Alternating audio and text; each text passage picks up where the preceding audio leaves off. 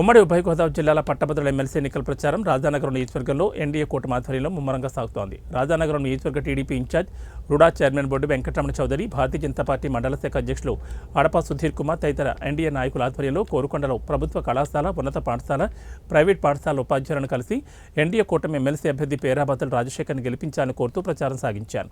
ఈ కార్యక్రమంలో TDP, BJP కూటమి పార్టీల నాయకులు, కార్యకర్తలు పాల్గొన్నారు.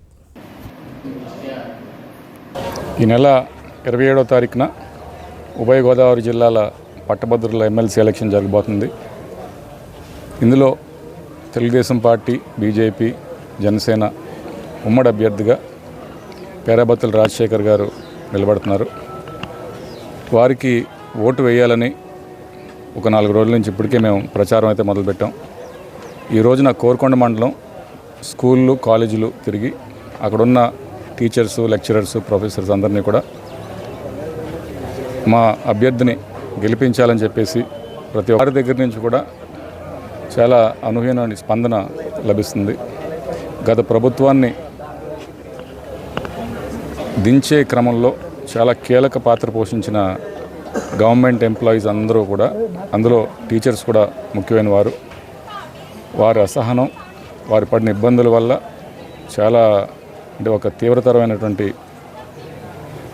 ఉద్యమం చేసినటువంటి పరిస్థితులు మనం చూసాం గతంలో.